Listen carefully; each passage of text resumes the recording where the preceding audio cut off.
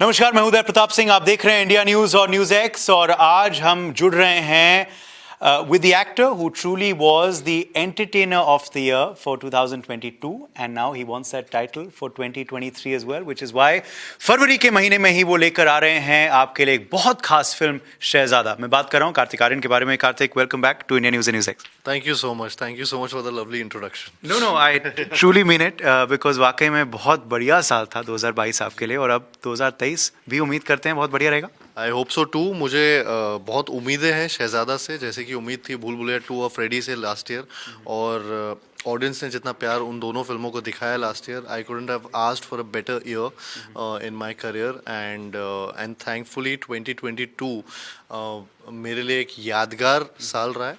23 again we have started with Shahzada and I hope that it brings audience back and जिस तरीके का response अभी तक trailer या गानों को आ रहा है, आई होप कि वही रिस्पॉन्स अभी थिएटर के अंदर भी है। जी बिल्कुल। एंड आप समय नहीं वेस्ट कर रहे, you are starting out the year, second महीने में ही रिलीज है शहजादा की।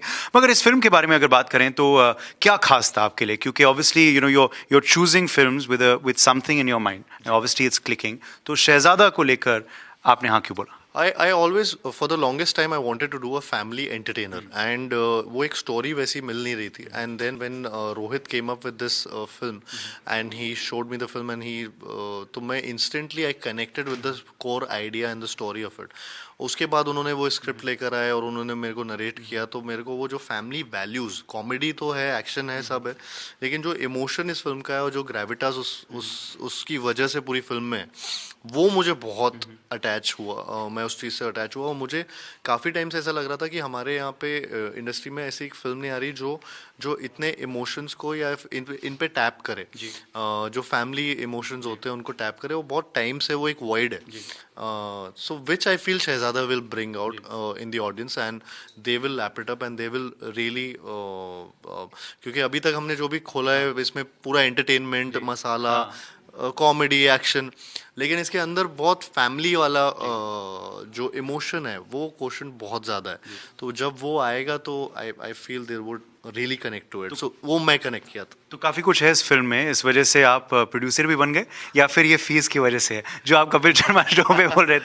जी वो मैंने जोक किया था वहाँ पे, बट हाँ वो कुछ और रीजंस की वजह से मैं इसमें प्रोड्यूसर्स बना।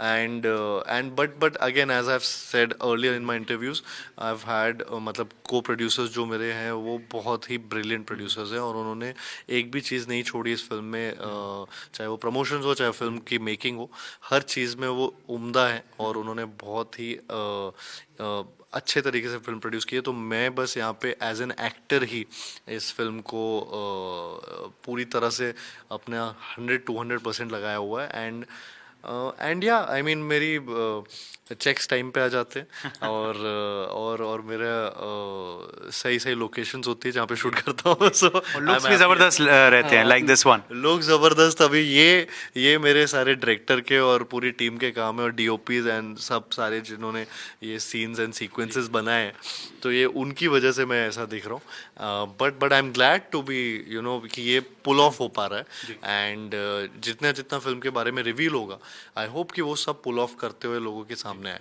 रिलीज डेट भी बदली है, तो जिन लोगों को नहीं पता है बता देते हैं कि अब 17 फरवरी को आ रही है। करेक्ट, 17 फेब को आ रही है ये फिल्म और थिएटर्स में रिलीज हो रही है ये फिल्म एंड और एक ऐसे समय पे आ रही है जब लोग भी भरपूर तरीके से थिएटर्स में जा रहे हैं, which is a great thing. I am really happy कि लोग इतना थिएटर्स में जा रहे हैं और एक जब फिल्में एक इंडस्ट्री में चलती हैं तो ऐसा ज़रूर होता है कि दूसरी फिल्मों को भी वो एक फ़ायदा होता है, उसकी वजह से लोगों की आदत और बनती है कि यार इस फ्राइडे क्या आ रहा है, and they go and watch the films and if they like the trailer and the word of mouth spreads, so I feel that's gonna happen with Shehzada as well.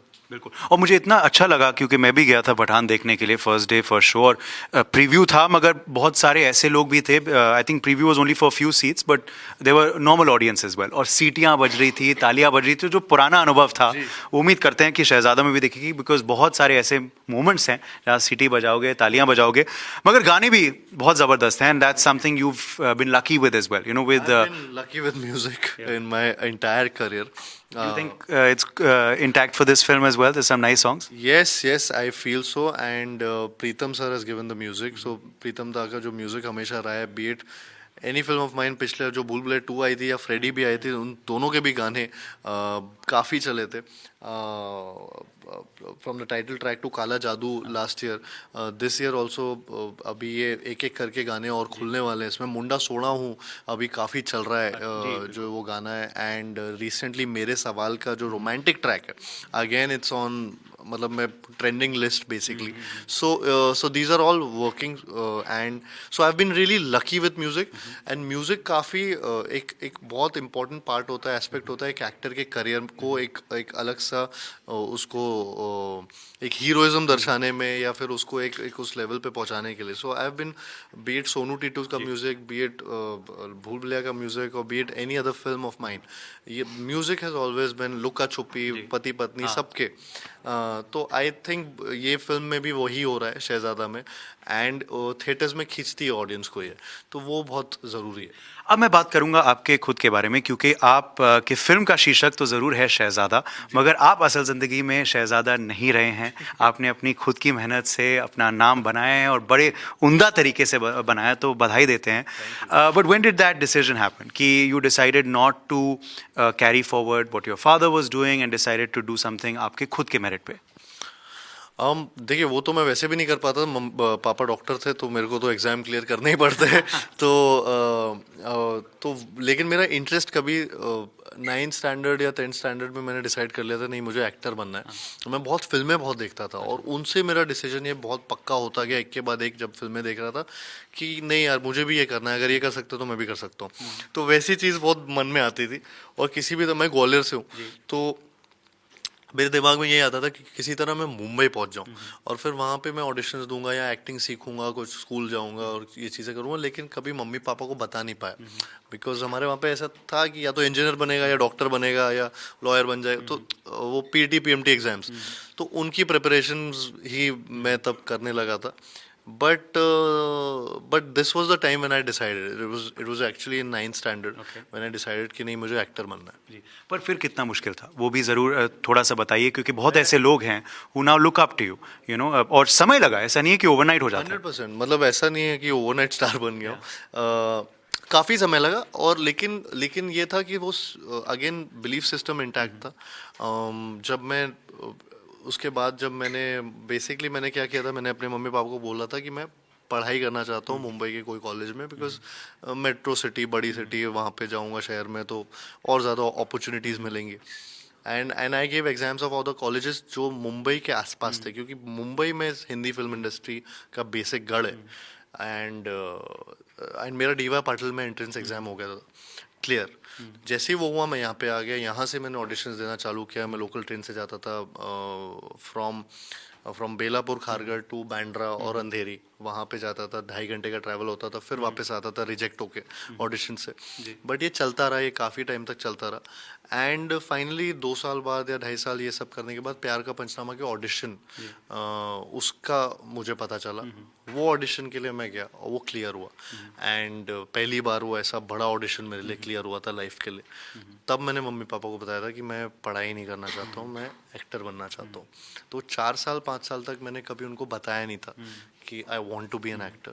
This was the first time when I told them. And मेरी वो mummy का reaction कुछ अलग ही था. वो तो सीधा ग्वालियर से टिकट कटा के यहाँ पे बॉम्बे आ गई. और वो मेरे प्रोड्यूसर्स कुमार जी और लव सर डायरेक्टर हैं, उनके सामने बैठी थी मौसी के साथ. And they were watching my audition for the first time. और बहुत शौक थी कि ये क्या कर रहा था और क्या कर रहा है. And that's when they got to know that ये ऐसे ऐसे फिल्म कर रहा है. एंड या देन पहले स्ट्रगल था फिल्म में मिलने का, कि पहली फिल्म मिल जाए. फिर स्ट्रगल था कि नाम बनाने का, और वो चला 6-7 साल. और फिर फाइनली सोनू टीटू हैपेंड, जिसकी वजह से मैं घरों तक पहुंचा.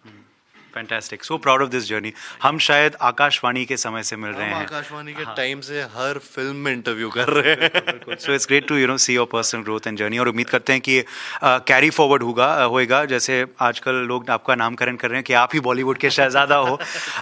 मगर पिछला साल बहुत ही खास रहा, but do believe now the responsibility grows a bit because of the kind of year the industry had and you had, वो फर्क सामने आ रहा है. जैसे आपने शायद एक इंटरव्यू में भी कहा था, सलमान खान ने वो भी बोला था कि मजा तभी आता है जब दूसरों की फिल्में नहीं चल रही हैं और आपकी चल जाती है, तब और नाम बढ़ता है और मजा आता है.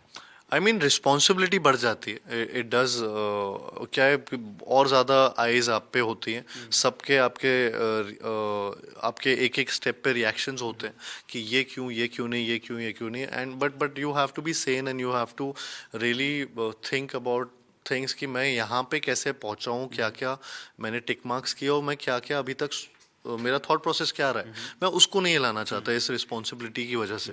मैं वो रिस्पॉन्सिबिलिटी वही थॉट प्रोसेस के साथ की वजह से मुझे वो मिला, मैं वही कंटिन्यू करते रहना चाहता हूँ और वही चीज़ मेरे को लगता है मेरे लिए क्लिक होती है. सो आई विल. तो ऐसा कुछ नहीं है कि कुछ बदला है सिलेक्शन का प्रोसीजर या थॉट प्रोसेस क्योंकि आप बैलेंस आउट भी कर रहे हैं, धमाका भी आ रही है, भूल भुलैया 2 भी आ रही है, फ्रेडी भी आती है, शहजादा भी. करेक्ट. तो वो मैं बैलेंस आउट में मेरे पास ऑप्शंस आने लेट लाइफ में चालू हुए और वो जब से ऑप्शंस आए हैं तो अब मेरी चॉइसेस आपको दिख रही हैं कि अच्छा ये भी कर रहा है, अच्छा ये भी कर रहा है. पहले मेरे पास जो ऑप्शन आते थे मैं उसमें अपना 200% देने की कोशिश करता था और वो अगर हो जाए तो हो जाए, नहीं हुआ तो फिर ठीक है आगे बढ़ता हूँ. लेकिन अभी ये ऑप्शंस मेरे हैं, ये मेरे चॉइसेस हैं. And that is something I am lucky कि मेरे ऑप्शंस या मेरे चॉइसेस लोगों को पसंद आ रहे हैं कि ये कुछ स्मार्ट चॉइसेस कर रहा है. एंड आई फील कि ये आगे भी ऐसी स्मार्ट चॉइसेस ही लगे. तो बस वही थॉट प्रोसेस है. ओके.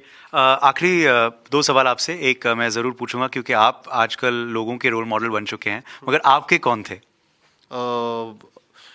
जैसे मैं पहले भी बोला, ये शाहरुख सर, उनकी जो जर्नी रही है वो बहुत लोगों को उन्होंने इंस्पायर किया और मुझे भी किया उन्होंने इंस्पायर.